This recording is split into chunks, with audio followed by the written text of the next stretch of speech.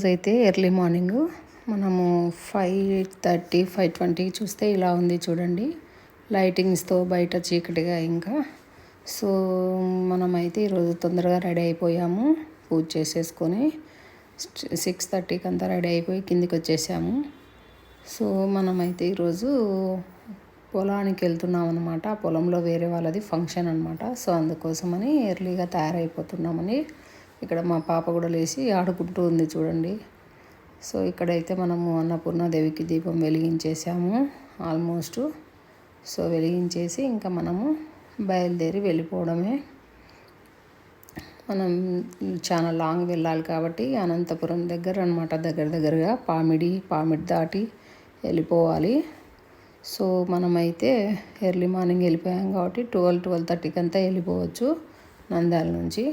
So ఈరోజు అయితే ఇలా జర్నీ సాగుతుందన్నమాట. బనగానపల్లి నుంచి వెళ్తాం కదా, అక్కడక్కడ రోడ్డు సింగిల్ రోడ్డు ఉందన్నమాట. సో ఇదైతే ఈ స్పాటు యాగంటి ప్లస్ ఏమంటారు చెరువు, దద్దనాల చెరువు సరౌండింగ్స్ అనమాట. మధ్యలో ఈ ప్లేస్కి వచ్చేసాము. ఈ టయానికంతా చెరువు దగ్గర ఇది. దీన్ని దాటి ఇంకా వెళ్ళిపోవాలి, పసుపులో దాటి వెళ్ళిపోవాలన్నమాట మనము. సో జస్ట్ ఊరికే నేను కొన్ని పిక్స్ ఇలా యాడ్ చేశాను అనమాట. వెళ్ళేటప్పుడు షార్ట్స్ వీడియోస్ తీశానమాట. సో పొలంలో వెళ్ళిన తర్వాత ఇంకా మా చిన్న పాప అయితే ఫుల్ వాటర్ వదిలారు కదా కాలువలో, ఆడుకుంటూ మట్టిని పీసుకుతూ నీళ్ళతో ఫుల్ ఎంజాయ్ చేసింది ఆమె. మధ్యాహ్నం వరకు బాగా నీళ్ళల్లో నుంచి అస్సలు రాకుండా బాగా ఆడుకుంటుందన్నమాట. పొలాల్లో ఇట్లా నీళ్ళల్లో పిల్లలు ఈ కాలం ఎవరు ఆడుకుంటున్నారండి ఇట్లా. సో మనకు అవకాశం ఉన్నప్పుడు పిల్లలను కూడా ఇలా సరదాగా వదిలేసేయాలన్నమాట. వాళ్ళు ఆడుకుంటారు. సో మనం చూసుకుంటూ ఉండాలి. వదిలేయాలంటే వదిలేస్తే వాళ్ళు కింద పడిపోతారు, దెబ్బ తగ్గుతుంది.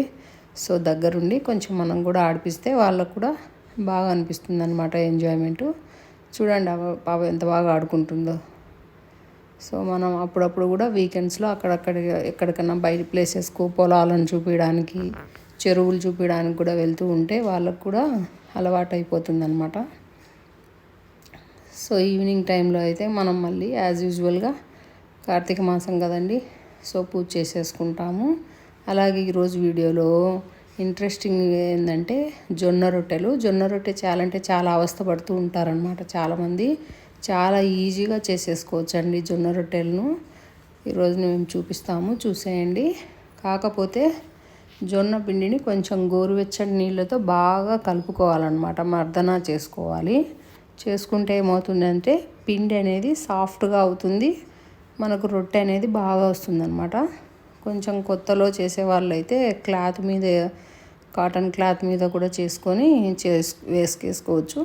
సో డైరెక్ట్ చేసే వాళ్ళైతే ఇలా అనమాట, ఇలా బాగా పిసికేసి ఇలా చేస్తారు. ఫస్ట్ ఇలా చేసేసుకొని మనము మన వేలితో ఇలా కొట్టుకుంటూ వెళ్ళిపోవాలన్నమాట. గట్టిగా అనకూడదు, స్మూత్గా కింద కొంచెం పొడి వేసుకొని ఇలా రొట్టె చేసుకుంటూ వెళ్ళిపోవాలి. చాలా ఈజీగా చేసుకోవచ్చండి, ఒకసారి ట్రై చేయండి. క్లాత్ మీద కూడా చేసుకోవచ్చు, చాలా బాగా వస్తాయి. రేకులు మనము చపాతీ చేస్తాం కదా, ఆ కర్రతో కూడా ఒత్తుకోవచ్చు. సో మనమైతే డైరెక్ట్ చేతితోనే ఇంకా ఎప్పటి నుంచో చేసి అలవాటు అయిపోయింది కాబట్టి అమ్మ వాళ్ళకు ఈజీగా చేసేస్తారు. ఇలా బాగా కాల్చుకోవడమే చాలా మంచిది కదండి హెల్త్కు. చూడండి వేడి నీళ్ళని వేసి మనం పిసికి బాగా చేసినందుకు పూరీలాగా రొట్టెలు పొంగుతున్నాయి. ఈజీగా పిల్లలు కూడా అలవాటు చేసుకుంటే మంచిదండి హెల్త్కి. సో ఒక రొట్టె తినేయచ్చు. దీంట్లోకి మనము సొరకాయ కూరను కూడా కుక్కర్లో చేసేసామన్నమాట. ఇలా గుజ్జులాగా పల్లీల పొడి వేసి చేసుకుంటాం అనమాట. ఇటు సైడ్ రాయలసీమలో కొద్దిమంది అయితే ఎక్కువగా తాలింపులాగా చేసుకుంటారు కదండి, మేమైతే ఇలా చేసుకుంటాం అనమాట రొట్టెలోకి. నైట్ టైం చాలా బాగుంటుంది. సో రొట్టె చాలా కష్టమని భయపడుతూ ఉంటారు కదా, అందుకోసమని నేను ఇలా చూపిస్తున్నాను అనమాట. చాలా ఈజీగా చేసుకోవచ్చు, హెల్త్కు మంచిది, బెస్ట్ ఫుడ్ ఇది. యాక్చువల్గా ఆరోగ్యకరమైన ఫుడ్. సో జొన్న రొట్టె, సొరకాయ కర్రీ ఈరోజైతే మనము ఈవినింగ్. సో తులసమ్మ దగ్గర, బిల్వ చెట్టు దగ్గర ఈవినింగ్ టైము మనము దీపాలు పెట్టుకుంటాం కదండి గడప దగ్గర, అందుకు. 6:30 అప్పుడు చూడండి ఇలా వెలుగుతూ ఉన్నాయి. ఇది బిల్వం చెట్టు అనమాట. బిల్వం చెట్టు దగ్గర మనము కార్తీక మాసంలో ప్రతిరోజు దీపం వెలిగించడం వల్ల ఏమవుతుందంటే సంవత్సరంలో వెలిగించాల్సిన ఒత్తులు 365 వెలిగిస్తాం కదండి. అది ఈ కార్తీక మాసంలో మనం ఈడ చేసామంటే అవి వెలిగించాల్సిన అవసరమే లేదండి అసలు. యాక్చువల్గా ఇలా అనమాట.